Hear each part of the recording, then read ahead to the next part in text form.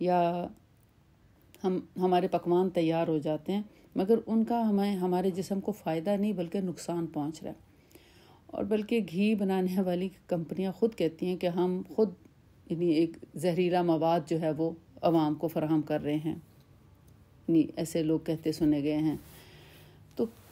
مقصد کیا ہے کہنے کا کہ یا تو آپ اپنے کھانوں میں سرسوں کا تیل استعمال کریں اور یا پھر دیسی گھی کا استعمال کریں. یعنی اگر افورڈ کر سکتے ہو تو دیسی گھی، اور اگر ایسا بھی کر سکتے ہیں کہ سحری میں آپ دیسی گھی کا استعمال کر لیں اور افطاری میں آپ سرسوں کے تیل کا استعمال کر لیں، جیسے سالن وغیرہ میں. یا مثلا اگر کبھی کبھار چاول بنانے کو دل چاہے بھی، کیونکہ چاول بھی رمضان کے اندر کھائی جانے والی کوئی اچھی غذا میں شامل نہیں ہوتے، کیونکہ چاول آپ دیکھیں پکتا بھی پانی میں ہے، اگتا بھی بہت زیادہ پانی میں ہے، اور پکایا بھی بہت زیادہ پانی میں جاتا ہے، اور پھر ہضم بھی زیادہ پانی میں ہوتا ہے، جو کہ اتنا پینے کا وقت نہیں ہوتا. پھر ہم نے جب تراویح پڑھنی ہوتی ہے تو پھر پیاس بہت لگتی ہے، اور پھر پیٹ جب پھول جاتا ہے تو تراویح نہیں پڑھی جاتی. تراویح سے پھر ہم کترانے لگتے ہیں. تو غذا ایسی ہونی چاہیے جس میں روزہ بھی خیریت سے گزر جائے بہترین طریقے پر، اور افطاری کے بعد کی جو عبادت ہے تراویح یا قیام اللیل، اس میں ہمیں کسی قسم کی کوئی رکاوٹ نہ ہو. تو سحری میں گھی والی روٹی اور پھلوں میں سے کوئی ایک پھل، اور اس کے علاوہ کبھی انڈا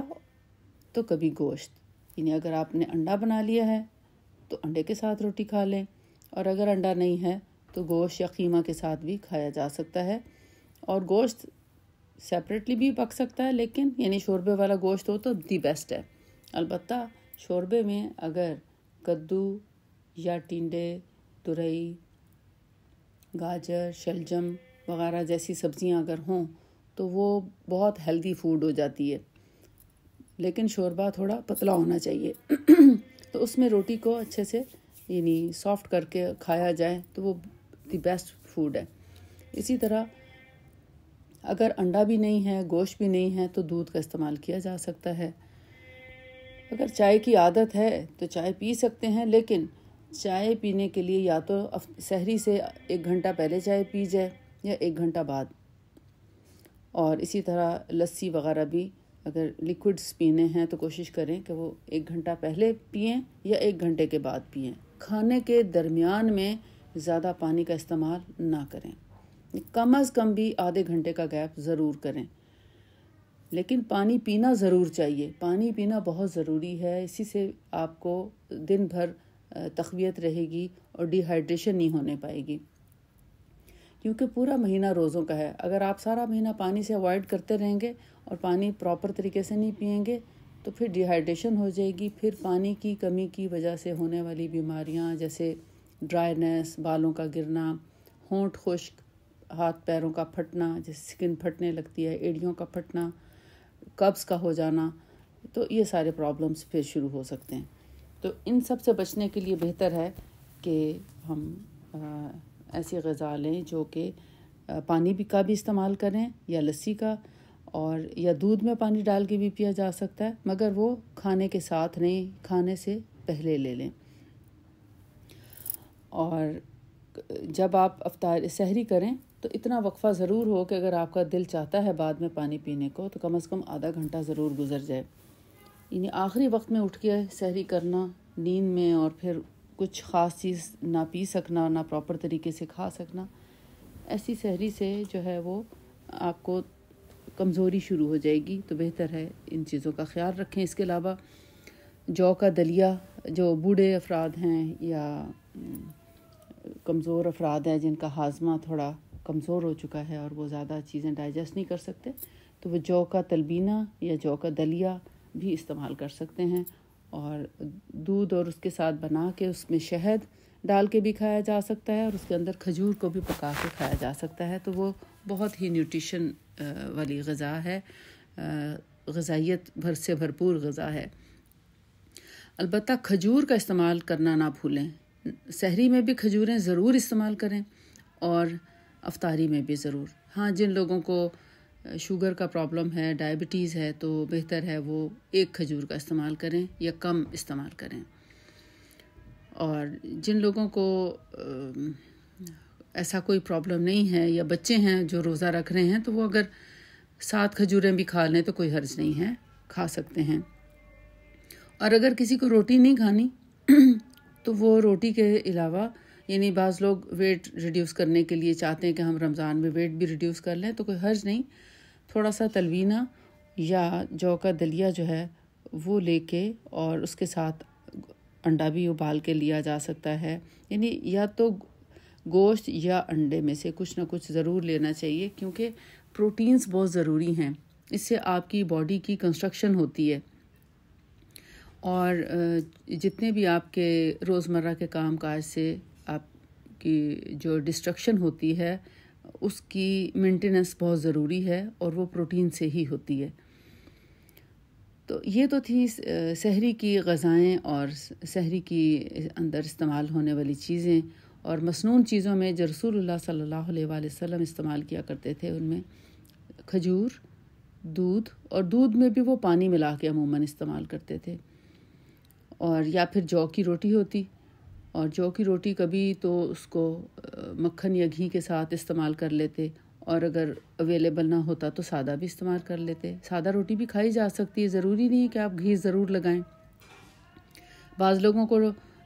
چکنی روٹی بھی ڈائجسٹ نہیں ہوتی تو وہ سادہ روٹی کھا سکتے ہیں، اس میں بھی غذائیت ہوتی ہے، لیکن گندم کی بجائے جو کی روٹی میں کہیں زیادہ غذائیت پائی جاتی ہے۔ تو یہ مسنون غذائیں ہیں، اور پانی پینے کا جو انداز ہے مسنون وہ یہی کہ یا تو آپ 1 گھنٹہ پہلے پانی پئیں اور یا پھر 1 گھنٹہ بعد پانی پئیں، کیونکہ جب کھانے کے ساتھ پانی پیتے ہیں ملا کے تو وہ کھانا ہمارا فاسد ہو جاتا ہے، وہ کھانا ہمیں فائدہ دینے کی بجائے نقصان کا باعث بنتا ہے۔ تو حالانکہ چیزیں تو ہم بہت اچھی کھا رہے ہوتے ہیں اور ہم سمجھتے ہیں کہ ہم نے بہت اچھا کھانا کھایا ہے، لیکن پانی پی کے ہم سب چیزوں کو ڈائلیوٹ کر دیتے ہیں، اور جو ہمارے معدے کے اندر جو انزائمز ہوتے ہیں وہ سارے بہہ جاتے ہیں، اور پھر اس غذا کو ہضم کرنے کے لیے ہمارے پاس کچھ نہیں بچتا کہ وہ غذا جو ہے وہ پراپر طریقے سے ڈائجسٹ اور پھر ہمارے جسم کو قوت اور توانائی پہنچائے۔ تو اس سسٹم کو ہم بریک کر دیتے ہیں، نقصان پہنچاتے ہیں کھانے کے ساتھ پانی پینے سے۔ لہٰذا بہتر ہے کہ کھانے کے ساتھ ساتھ کسی بھی کھانے میں پانی نہ پیا جائے۔ اس سے آپ دیر تک جوان اور صحت مند رہ سکتے ہیں، اور بڑھاپے کو بھی دور رکھ سکتے ہیں اگر آپ ان مسنون طریقوں پر عمل کریں، اور روزوں میں تو خاص طور پر خیال رکھیں۔ جہاں آپ اور نیک اعمال کا اہتمام کریں گے تو کھانے پینے کی عادات اور کھانے پینے سحری اور افطاری کے اندر استعمال ہونے والی چیزوں کی بھی ایک لسٹ بنا لیں، اور پراپر ایک چارٹ بنا کے رکھ لیں، اور ڈیلی بیسس پہ بھی آپ اس کو کر سکتے ہیں کہ پورے ہفتے کا کیا پلان ہونا چاہیے، پہلے دن کیا چیزیں زیادہ ضروری ہوں گی، امپورٹنٹ ہوں گی کہ ان کا ہم استعمال کریں، پھر 2nd ڈے، پھر 3rd ڈے۔ ایک ہفتہ جب گزر جاتا ہے تو 2nd ویک جب رمضان کا شروع ہوتا ہے تو اس میں ہم کافی حد تک بھوک برداشت کرنے کی ہمارے اندر صلاحیت پیدا ہو چکی ہوتی ہے، تو پھر ہم لائٹ چیزوں سے بھی اپنے آپ کو کر سکتے ہیں، لیکن پانی کی مقدار جو ہے اس کو پورا رکھنا چاہیے، اور اس کے لیے آپ کو تھوڑا سا جلدی اٹھنا چاہیے، اور کوشش کریں باقی نیند جو ہے وہ آپ دن میں پوری کر سکتے ہیں، تاکہ سحری اور افطاری کے مواقع جو ہیں ان کی برکتوں سے اور ان کی رحمتوں سے فائدے اٹھا سکیں۔ آپ روزے کو اچھے طریقے سے نبھانے کے لیے کچھ چیزوں کا اہتمام کرنا چاہیے۔ رمضان میں خاص طور پر جیسے کچھ لوگوں کے صحت کے مسائل جو ہیں وہ ہماری اپنی ہی کوتاہیوں کی وجہ سے بڑھ جاتے ہیں، اور اس میں سب سے زیادہ کھانے پینے میں بے احتیاطی ہے، جس میں یعنی ایسی غذا کا استعمال کرتے ہیں جس کی یعنی کھانے کا تو اہتمام کرتے ہیں لیکن پینے کا اہتمام کم کرتے ہیں، اور یا ایسے مشروب پیتے ہیں جس کی اندر الیکٹرولائٹس کی کمی ہو جاتی ہے۔ ہمیں ایسا مشروب پینا، جیسے شہد پانی ہے تو یہ مسنون ہے، اسی طرح کھجور کا پانی ہے، اسی طرح نبیذ ہے۔ ایسے غذائیں پینے سے آپ کے الیکٹرولائٹس کم نہیں ہوتے بلکہ بہت اچھے انکریز کرتے ہیں، جس سے آپ کی صحت برقرار رہتی ہے۔ مرغن غذاؤں کا استعمال، فرائیڈ چیزوں کا استعمال کم سے کم کرنا چاہیے، کیونکہ یہ ہمارے جسم میں غذائی توازن میں بگاڑ پیدا کر دیتے ہیں، اور وہ غذا ہمارے جسم کے جزو بدن نہیں بنتی بلکہ ہمیں نقصان پہنچاتی ہے۔ اور جب یہ سب ہوتا ہے، یعنی غذائی توازن جب ہو جاتا ہے، غذائی توازن میں جب بگاڑ پیدا ہو جاتا ہے تو ہماری طبیعت خراب ہونا شروع ہو جاتی ہے اور پھر روزوں کو نبھانے میں مشکل پیش آتی ہے، روزہ کنٹینیو کرنا مشکل ہو جاتا ہے۔ اور پھر کچھ لوگ تو روزہ چھوڑ ہی دیتے ہیں کہ اب ہماری طبیعت ٹھیک نہیں ہے اس لیے ہم روزہ نہیں رکھ سکتے۔ تو جب کہ رمضان بار بار نہیں آتا، سال میں ایک ہی بار آتا ہے اور یہ نہیں پتہ کہ ہمارا اگلا رمضان آئے گا یا نہیں آئے گا، ہو سکتا ہے یہ ہماری زندگی کا آخری رمضان ہو، اور ہر رمضان کو اسی طریقے سے ہی منانا چاہیے، اسی طریقے سے اس کے اندر روزے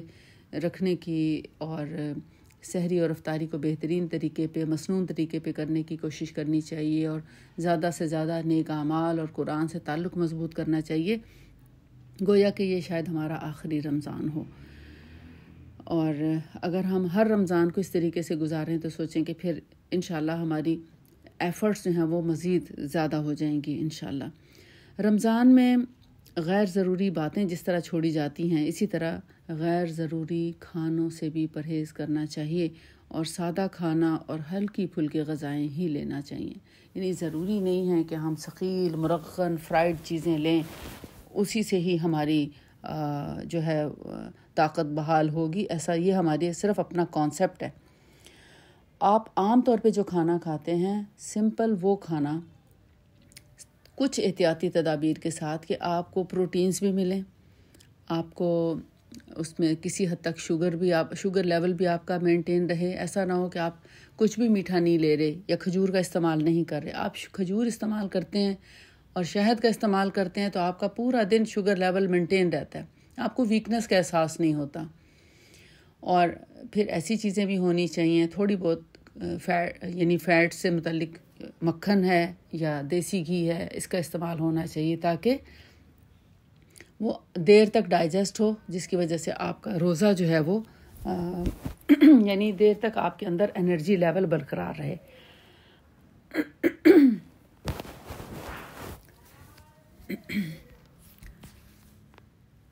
سفید آٹا یا میدا وغیرہ جو ہے وہ بالکل استعمال نہ کریں، یعنی سفید آٹے کی روٹی رمضان میں استعمال نہ کریں۔ کوشش یہ کریں کہ سرخ آٹا ہو، بغیر چھنا آٹا ہو، وہ زیادہ بہتر ہے، کیونکہ جو میدا ہے یا سفید آٹا ہے وہ بہت جلدی ہضم ہو جاتا ہے۔ اگر آٹا چھنے بغیر، جیسا کہ سنت طریقہ ہے، رسول اللہ صلی اللہ علیہ وآلہ وسلم آٹا بغیر چھنے استعمال کیا کرتے تھے، تو بغیر چھنے آٹا جو ہے وہ دیر تک آپ کے جسم کے اندر موجود رہتا ہے اور اس سے آپ کو بھوک بھی بہت دیر کے بعد محسوس ہونے لگتی ہے، جبکہ وائٹ آٹا جو ہے وہ جلدی ڈائجسٹ ہو جاتا ہے اور اس کے بعد پھر بھوک تڑپنے لگتی ہے۔ پھر سحری میں عام طور پہ ہمارے گھروں میں پراٹھے کھائے جاتے ہیں۔ کوشش یہ کریں کہ پراٹھے کی بجائے بچپن سے ہی بچوں کو چپڑی روٹی کی عادت ڈالیں۔ روٹی کو گرم روٹی کے اوپر یا تو دیسی گھی لگا دیں یا بٹر لگا دیں، مکھن۔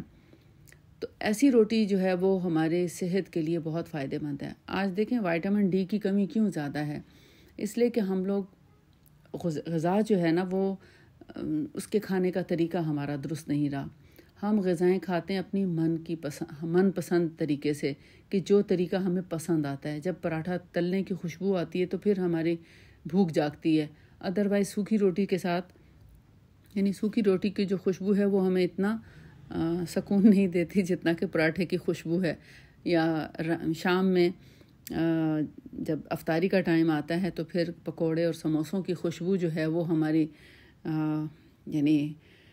ہماری افطاری میں چار چاند لگاتی ہے۔ اگر سادہ افطاری ہو تو اس میں ہمارا یعنی افطاری کرنے پہ دل ہی آمادہ نہیں ہو رہا ہوتا، یا ہم تھوڑے سے سمجھتے ہیں کہ جیسے خدا نخواستہ ہم بہت ہی زیادہ مظلوم اور محروم لوگ ہیں کہ جن کے گھر میں کوئی چیز فرائی نہیں ہوئی۔ پتہ نہیں یہ کانسیپٹ کہاں سے آ گئے کہ ہم لوگ جب تک سموسے، پکوڑے، چاٹ، چنا چاٹ اور نہ جانے کیا کیا چیزیں موجود نہیں ہوں گی، اس وقت تک ہماری افطاری جو ہے وہ کمپلیٹ نہیں ہوگی۔ حالانکہ سادہ فروٹ کھا کے بھی آپ بہت اچھی انرجی لے سکتے ہیں۔ یعنی فروٹ چاٹ بنانے کا مطلب یہ ہوتا ہے کہ اس میں مسالے بھی ڈالے جائیں اور اس میں بہت رنگا رنگ کے پھل ڈالے جائیں. 2 سے 3 پھل اگر آپ ملا کے کاٹ لیتے ہیں تو کچھ حرج نہیں ہے. اس میں آپ تھوڑا سا شہد بھی ڈال دیں اسی فروٹ میں، اور پھر آپ اس کو استعمال کریں تو آپ دیکھیں کہ وہ فروٹ آپ کے ہارٹ کے لیے بھی بہت اچھا ہے، ہارٹ کی فلیکسیبلٹی کے لیے، آپ کے باڈی کے لیے بھی. پہلے آپ کھجور کھا لیں، کھجور کے ساتھ ہی آپ یعنی پانی پی لیں، اور اس کے بعد پھر آپ فروٹ کھائیں، کیونکہ فروٹ کے بعد پانی پینا بھی آپ کے سارا کھائے ہوئے فروٹ کو ضائع کر دیتا ہے. اسی طرح سحری میں وہ چیزیں جن میں پوٹاشیم پایا جاتا ہے، مثال کے طور پر کیلا، آلو، پالک وغیرہ، ایسی چیزیں استعمال نہیں کرنی چاہیے، کیونکہ اس سے یورین زیادہ مقدار میں خارج ہو جاتا ہے جسم سے، اور پھر اس کے بعد ڈی ہائیڈریشن فیل ہونے لگتی ہے اور جسم میں کمزوری کا احساس شروع ہو جاتا ہے. تو بہتر ہے کہ آہستہ آہستہ یورین پاس ہو اور یعنی گریجولی باڈی کے اندر پانی جو ہے وہ ٹھہرا رہے. اس وجہ سے پالک، ساگ وغیرہ کا استعمال اور کیلا اور آلو وغیرہ کا بھی استعمال صبح میں سحری میں نہ کیجیے. البتہ دہی بہت اچھی چیز ہے. دہی میں ہیلدی بیکٹیریا پایا جاتا ہے اور جو ہماری صحت کے لیے بہت اچھا ہے، کھانے کو ڈائجسٹ بھی کرتا ہے، ہمارے اوورآل اس کے لیے بہت اچھا ہے. دہی کے اندر پانی ملا کے لسی بنا کے بھی پیا جا سکتا ہے. اور لیکن جن لوگوں کو بلڈ پریشر ہو وہ لسی میں نمک سے گریز کریں. البتہ پھیکی لسی جو ہے وہ بلڈ پریشر کو بھی کنٹرول کرنے میں ہیلپ کرتی ہے. انڈا اس لیے کھانے کو ریکمینڈ کیا جاتا ہے کہ اس کے اندر چونکہ پروٹین ہوتی ہے جو دیر سے ہضم ہوتی ہے، تو اس کی وجہ سے بھوک کا احساس نہیں ہوتا، اور اسی وجہ سے گوشت اور قیمہ وغیرہ کا بھی جو ہے وہ آپشن ہوتا ہے، یا اس کا کھانا چاہیے، چاہے وہ سبزی کے ساتھ لیں، شوربے کے ساتھ لیں، کہ وہ آپ کو دیر تک توانائی کا احساس آپ کا برقرار رہتا ہے اور آپ کو کمزوری کا احساس نہیں ہونے پاتا.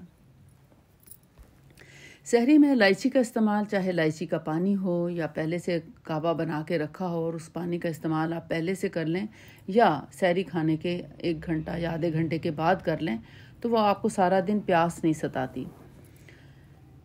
زیادہ چینی والے کھانے اور زیادہ نمک والے کھانے، ان کا سحری میں استعمال نہیں ہونا چاہیے. یعنی اگر دہی ہے تو آپ چینی مت ڈالیں، شہد ڈال سکتے ہیں دہی میں. اور اسی طرح لسی ہے تو اس میں نمک کی بجائے سادہ پی لیں تو وہ زیادہ اچھی رہے گی، کہ پیاس بھی نہیں لگے گی اور یورین بھی جلدی خارج نہیں ہوگا اور بلڈ پریشر بھی ہائی نہیں ہوگا. اور ویسے بھی یہ بلڈ پریشر اور شوگر والوں کے لیے نقصان دہ ہے. زیادہ چینی کا استعمال شوگر والوں کے لیے اور نمک کا استعمال بلڈ پریشر والوں کے لیے بہت خطرناک ہے. اب آتے ہیں افطاری کی طرف. تو افطاری میں کوشش یہ کریں کہ فرائیڈ چیزوں کی بجائے پراپر میل پر توجہ دیں. یعنی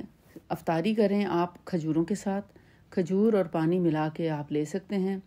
اس کے کئی ایک طریقے ہیں. ایک تو یہ کہ ڈائریکٹ آپ کھجور کھاتے ہیں، ساتھ میں پانی پی لیتے ہیں، تو وہ بھی ٹھیک ہے. دوسرا طریقہ یہ ہے کہ آپ صبح سحری کے وقت ہی کھجور یا چھوارے یا کھجور کو پانی میں ڈبو کے رکھ دیں، تو اس کا پانی بھی پیا جا سکتا ہے، یا اس کو بلینڈ کر کے بھی پیا جا سکتا ہے. یعنی جیسے فلیور چینج کرنے کے لیے یا تھوڑا سا سٹائل چینج کرنے کے لیے آپ چاہیں تو چیزیں تو وہی ہیں، لیکن آپ نے صرف ان کی ترکیب بدل دی ہے. تو نبی صلی اللہ علیہ وسلم نبیذ بنا کے پیا کرتے تھے. 1 مٹھی کھجوریں 1 جگ پانی میں، آپ جیسے تقریباً 1.5 سے 2 لیٹر کے درمیان کا جگ ہوتا ہے پانی کا، اس میں آپ دھو کے بھگو کے رکھ دیں تو وہ 2 دن تک آپ کا وہ پانی جو ہے وہ استعمال ہو سکتا ہے. تیسرے دن اس کو ختم کر دیں. تو یہ نبیذ ہوتی ہے. اس کو آپ کشمش کے ساتھ بھی بنا سکتے ہیں. کشمش والا پانی بھی بہت انرجی دیتا ہے. ایسا بھی کر سکتے ہیں کہ جو نبیذ ہے وہ آپ تراویح کے دوران پینے کے لیے اپنے پاس رکھیں. اس سے اچھی چیز کوئی نہیں ہے. یعنی تراویح کے دوران سادہ پانی پینے کے بجائے اگر آپ جیسے خشک میوہ ہوتا ہے جسے ہم کشمش کہتے ہیں، ریزنز، ان کو اگر آپ پانی میں بھگو کے رکھ لیں صبح سے ہی، اور شام میں ان کو بلینڈ کر لیں اور چھان کے اپنی ایک بوٹل بھر کے ساتھ لے جائیں. جب بھی آپ تراویح کے دوران جیسے سلام پھیرتے ہیں، دل چاہتا ہے پانی پینے کو، تو آپ وہ نبیذ والا پانی پئیں. آپ حیران ہو جائیں گے کہ آپ کے اندر کس طرح اللہ تعالیٰ توانائی بھرنا شروع کرتا ہے. اور یہ جو ریزنز ہیں یا انگور ہیں، یعنی جن انگوروں سے ریزنز تیار ہوتے ہیں یا کشمش تیار ہوتی ہے خشک کر کے، یہ ہمارے دل کی طاقت اور ہارٹ کی فلیکسیبلٹی کو بڑھانے میں بہت مدد دیتی ہے، ہارٹ پرابلم سے نجات دیتی ہے۔ اب دیکھیں کووڈ کی ویکسین کے بعد بہت سے لوگوں کو ہارٹ کے پرابلم شروع ہو گئے، ہارٹ اٹیکس بہت زیادہ بڑھ گیا ہے اوورآل دنیا میں۔ تو اس چیز کو مد نظر رکھتے ہوئے بھی میں آپ کو بتا رہی ہوں کہ اگر آپ کشمش کی نبیذ پینا شروع کریں تو آپ کو انشاءاللہ یہ ہارٹ کے یعنی رسک سے بچائے گی، ہارٹ فیلئر سے بچائے گی، ہارٹ کے فنکشن کو امپروو کرے گی انشاءاللہ، اور اس میں آپ کو یعنی پیاس تو بجھے گی، ڈی ہائیڈریشن بھی دور ہوگی، ایک قوت اور طاقت بھی، آپ کے مسکولر ویکنس بھی دور ہوگی، اور جو ہے آپ کے ہارٹ کے لیے بھی یہ بہت اچھی رہے گی انشاءاللہ۔ افطاری میں پکوڑے، سموسے، چاٹ وغیرہ، کچوریاں اور اس طرح کی جو فرائیڈ چیزیں ہیں ان سے پوری طرح اوائڈ کریں۔ آپ یقین مانیں یہ ایسا لگتا ہے جیسے نہ جانے کہاں سے یہ چیز ہمارے کھانوں میں داخل کر دی گئی ہے، جو ہمیں سراسر نقصان پہنچاتے ہیں۔ جب ہم تلی ہوئی چیزیں کھاتے ہیں تو پیاس بہت لگتی ہے، پانی تو پی لیتے ہیں، وہ ساری چیزیں میلٹ ہو کے اندر آپ کے ایک غبار سا بنا دیتی ہیں معدے کے اندر، اسی سے پھر گیسٹرک پرابلم شروع ہوتے ہیں اور آگے جا کے بہت سے مسائل میں اضافہ ہو جاتا ہے، پھر جوڑوں میں درد شروع ہو جاتا ہے، پھر تھکاوٹ، کمزوری، نکاہت۔ یہ کمزوری اور نکاہت جو ہے سب سے زیادہ فرائیڈ چیزیں کھانے کی وجہ سے ہمارے اندر پیدا ہوتی ہے۔ اگر ہم تلی ہوئی چیزوں کو اوائڈ کریں اور پراپر غذا لیں جس میں ہمارے نٹس بھی پائے جائیں غذا کے اندر، جسے ہم ڈرائی فروٹ کہتے ہیں، ان یعنی اگر آپ الگ الگ نہیں کھا سکتے ان کو پیس کے جمع کر کے رکھ لیں، اور ان میں پھول مکھانے کا استعمال بڑھا دیں تاکہ وائٹامن ڈی ڈیفیشنسی بھی نہ ہونے پائے اور آپ کے جوائنٹس جو ہیں وہ فلیکسیبل رہیں زندگی بھر۔ جو لوگ چاہتے ہیں کہ وہ آرتھرائٹس، گاؤٹ اور جوڑوں کے امراض سے بچے رہیں، ان کو چاہیے کہ وہ پھول مکھانوں کا استعمال کریں۔ ان کو ڈرائی ایئر فرائی بھی کر کے رکھ سکتے ہیں، ڈرائی روسٹ بھی کر سکتے ہیں، اور تھوڑا سا دیسی گھی ڈال کے ان کو توے پہ ہی یعنی جیسے سٹر فرائی کرتے ہیں اس طرح فرائی کر کے بھون کے رکھ لیں تاکہ وہ کڑک ہو جائے نا، اور ان کو آپ یعنی پیس کے بھی رکھ سکتے ہیں، اخروٹ بادام کے ساتھ بھی ان کو پیس کے رکھ لیں۔ اور جس چیز جیسے دہی آپ کھا رہے ہیں تو دہی کے اوپر اگر آپ ایک چمچ نٹس، گراؤنڈ نٹس ڈال دیتے ہیں، پسے ہوئے میوے، تو وہ دہی آپ کے لیے کتنا فائدہ مند ہو جاتا ہے۔ اور اگر آپ کو دہی نہیں سوٹ کرتا، مثلا جو او پازیٹیو بلڈ گروپ کے لوگ ہوتے ہیں، ان کو دودھ، دہی وغیرہ یا ڈیری چیزیں جو ہیں وہ سوٹ نہیں کرتی، تو وہ کسی بھی اور فارم میں لے سکتے ہیں، حتیٰ کہ آٹے میں بھی گوندھ کے ان کو روٹی میں کھایا جا سکتا ہے۔ تو یعنی یہ ایک دوسرا طریقہ ہے۔ ہاں، فروٹ چاٹ کے اوپر بھی ڈال کے آپ کھا سکتے ہیں، یعنی فروٹ جو آپ کاٹیں گے اس میں مسالے مت ڈالیں، فروٹس کے اوپر آپ ڈرائی نٹس جو ہیں وہ ڈال لیں، اور اس میں کشمش بھی بہت اچھی لگتی ہے، کھجور بھی بہت اچھی لگتی ہے۔ کبھی آپ کشمش والی چاٹ بنا لیں، یعنی سیب کیلا وغیرہ کاٹ کے شام میں، اور یا پھر کبھی آپ اس کو دوسرے نٹس جو ہیں، ڈرائی نٹس جو آپ نے پیس کے رکھے ہیں، وہ اوپر چھڑک لیں اور کھجور ڈال کے بنا لیں، تو یہ بہت عمدہ غذا ہے۔ بس یہ خیال رکھیے کہ آپ پہلے پانی کی اپنی کمی پوری کر لیں، اس کے بعد آپ فروٹ چاٹ کھائیں، اور پھر آپ نماز پڑھیں، مغرب کی نماز پڑھنے کے بعد کھانا کھائیں، جو بھی اللہ تعالیٰ نے آپ کو توفیق دی، اس میں جو کی روٹی ہے یا گندم کی روٹی ہے۔ اچھا، او پازیٹیو بلڈ گروپ لوگوں کو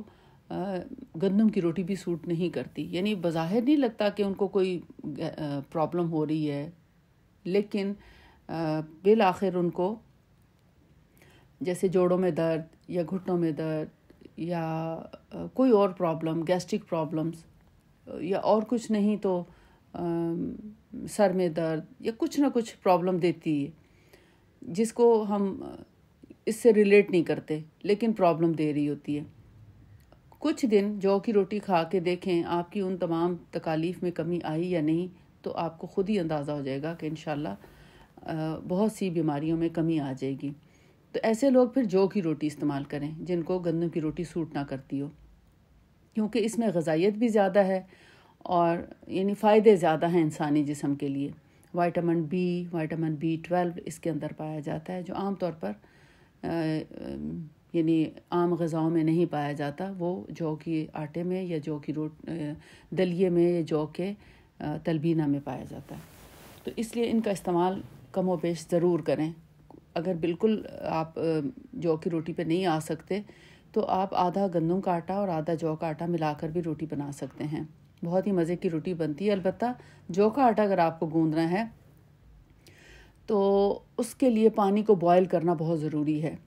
بوائلنگ واٹر کے ساتھ آپ اس آٹے کو چمچ کے ساتھ سوک کریں اور اس کو رکھ دیں۔ اس کی مقدار 1 کپ سے میں آپ کو بتا دیتی ہوں تاکہ سب کا بھلا ہو جائے، کہ اگر 1 کپ آپ کے پاس آٹا ہے فرض کریں تو آپ نے پونا کپ پانی ابالنا ہے، پورا کپ پانی کا نہیں ابالنا، پونا کپ پانی ابالیں اور اسی پانی میں اگر بلڈ پریشر وغیرہ نہیں ہے تو 1 چٹکی نمک بھی ڈال دیں پانی میں، اور اس پانی کو اس آٹے میں انڈیل دیں، بے شک 1 بار ہی انڈیل دیں، فکر نہ کریں۔ اب اس کو چمچ کے ساتھ مکس کریں، جس حد تک وہ مکس ہو جائے اس کو مکس کر کے کپڑے سے ڈھانک کے 10 منٹ کے لیے رکھ دیں، اور پھر 10 منٹ کے بعد اس کو کم از کم 7-8 منٹ تک ضرور گوندیں، کم پانی لگائیں اور گوندیں زیادہ۔ پہلے اس کو اچھے سے مکس کر لیں، بعد میں پانی کا استعمال کریں اگر ضرورت ہو تو، اور بہت ہی صرف ہاتھ گیلا کر کے اس کو گوندا جائے تو وہ تب بھی بہت اچھا ہو جاتا ہے، بالکل گندم کے آٹے کی طرح بن جاتا ہے، اور روٹی بھی تقریباً اسی طریقے پہ بن جاتی ہے، بس تھوڑی سی نزاکت کی ضرورت رہتی ہے۔ تو بہت اچھے سے روٹی بھی سافٹ روٹی بنتی ہے، بہت مزے کی بنتی ہے، بالکل اسی طرح بائٹ بن جاتا ہے جیسا کہ گندم کی روٹی کا بن جاتا ہے۔ تو اس لیے گندم کے آٹے کا گوندنے کا اور روٹی پکانے کا مسئلہ بھی آپ کا حل ہو گیا، اور آپ گندم کی روٹی آسانی سے اب پکا پائیں گے انشاءاللہ۔ اور گندم کی روٹی کے ساتھ اگر آپ شوربے کا سالن لیں، کدو گوشت کا شوربہ ہو، تو یہ پورا مسنون کھانا ہے۔ نبی صلی اللہ علیہ وسلم گوشت سے زیادہ کدو کے جو پیسز ہوتے تھے ان پر زیادہ توجہ دیا کرتے تھے اور شوق سے کھایا کرتے تھے، اور اس کا شوربہ جو ہے وہ صحت کے لیے بہت ہی عمدہ ہے، بہت ہی فائدہ مند ہے، آپ کے لیور کے لیے، آپ کے ہارٹ کے لیے، آپ کے معدے کو ڈائجسٹ کرنے کے لیے، آپ کی ہڈیوں کے لیے، پورے جسم کی قوت ہے اس کے اندر، اس شوربے میں۔ کدو کا شوربہ ہو، شلجم کا ہو، ٹنڈوں کا ہو، گاجر کا ہو، یعنی یہ تمام رسدار سبزیاں جو ہیں وہ بہت ہی فائدہ مند ہیں۔ ہاں مٹر بھی کبھی ڈال سکتے ہیں، اگر مطلب ہیلدی پرسن تو کوئی بھی سبزی ڈال کے گوشت پکا سکتے ہیں، اور کبھی کبھار بغیر گوشت کے بھی خالی سبزی بھی بنا لیں، اور بغیر گوشت کے کدو بھی پکا کے بھجیا بھی پکا لیں، وہ بھی بہت فائدہ مند ہے اگر وہ دیسی گھی میں پکایا۔ اور اس کا طریقہ یہ ہونا چاہیے، آپ کدو پورا جو بھی ٹماٹر پیاز وغیرہ آپ نے ڈالنا ہے ڈال کے اس کو دم پہ گلا لیں، اور اینڈ میں آپ دیسی گھی ڈالیں یا اولیو آئل بھی اینڈ میں ڈال سکتے ہیں چولہا بند کر کے، تو وہ بھی بہت ہیلدی ہے۔ اور اسی طرح آپ جو بھی سبزی بنائیں اس کو پہلے آپ نرم کر لیں، اور بعد میں یعنی اگر آپ کو اولیو آئل کے ساتھ کھانا ہے تو جب چولہا بند کرنے کے بعد آپ اولیو آئل سبزی میں ڈالیں اور اس کو صرف مکس کر دیں۔ اور اگر آپ نے سرسوں کے تیل میں پکانا ہے تو بھی آپ آئل بعد میں ہی ڈالیں گے، شروع میں کدو وغیرہ میں آئل ڈالنے سے کدو ہمیشہ سخت ہو جاتا ہے، اور اس کی یعنی اس کو گلانے میں ٹائم زیادہ لگتا ہے، جس کی وجہ سے نیوٹریشن ویلیو ویسٹ ہو جاتی ہے۔ تو بہرحال رات کو سموسے پکوڑے کھانے کی بجائے اگر آپ 1 چپاتی کھا لیں اور شوربے والا سالن کھا لیں، فروٹ، کھجور اور پانی کے بعد، یعنی کہ سب سے پہلے تو آپ کھجور کھائیں گے، اس کے بعد آپ پانی پئیں گے، جتنا آپ کا دل چاہتا ہے آپ پانی پئیں، اور پھر آپ فروٹ کھائیں، پھر نماز پڑھیں، اس کے بعد آپ کھانا کھائیں، اور کھانا جو ہے وہ یعنی مسنون کھانا ہی کھائیں، 1 ڈش کھائیں، بہت زیادہ کھانے مت پکائیں۔ ہاں کبھی آپ کا اگر فروٹ چاٹ کھانے کو دل نہیں چاہ رہا یا فروٹ کھانے کو دل نہیں چاہ رہا تو آپ دہی کے پھلکیاں وغیرہ بھی بنا سکتے ہیں، مگر کوشش یہ کریں کہ وہ سرسوں کے تیل میں تلی بھی ہوں۔ لیکن اس کے علاوہ پکوڑے وغیرہ ڈائریکٹ کھانے سے گریز کریں، کیونکہ پیٹ بھر جائے گا پانی کے ساتھ، پھر آپ کھانا نہیں کھا سکیں گے، کھانا نہیں کھائیں گے تو طاقت اور توانائی نہیں آئے گی، طاقت توانائی نہیں آئے گی تو آپ تراویح نہیں پڑھ سکیں گے، اور آپ اس اجر سے محروم ہو جائیں گے جو اللہ تعالیٰ نے رکھا ہے کہ جس شخص نے رمضان کے مہینے میں دن کو روزہ رکھا اور رات کو قیام کیا تو اس کے اس سال کے اور ایک سال یعنی کہ پچھلے ایک سال کے یعنی 2 سال کے گناہ معاف ہو جاتے ہیں. تو یعنی سال بھر کے گناہوں کے معافی کا ایک موقع ہے جس کو ہم گمانا نہیں چاہتے. لہٰذا جہاں روزے کی تیاری بھرپور ہے تو وہاں قیام اللیل کی یا تراویح کی تیاری بھی بھرپور ہونی چاہیے. وہ اسی طرح اس کی یعنی ممکن ہے کہ جب ہم اپنی غذا کو سنت کے مطابق کر لیں اور بہت پیٹ بھر کے کھانا نہ کھائیں، بھوک رکھ کے کھانا کھائیں، اطمینان سے کھائیں، اور کھانا کھانے کے بعد پھر 1 گھنٹے کے بعد اب آپ جتنا دل چاہتا ہو اتنا پانی پی سکتے ہیں. ہر 2 رکعت کے بعد بھی آپ پانی پی سکتے ہیں، سادہ پانی بھی پی سکتے ہیں، اور اگر آپ نبیذ والا پانی پینا چاہیں تو وہ بھی پی سکتے ہیں. اللہ تعالی ہم سب کا رمضان بہترین طریقے پر گزارنے کی ہمیں توفیق عطا فرمائے. وآخر دعوانا ان الحمد للہ رب العالمین. سبحانک اللہم و بحمدک اشہد ان لا الہ الا انت استغفرک و اتوب الیک. السلام علیکم ورحمۃ اللہ وبرکاتہ.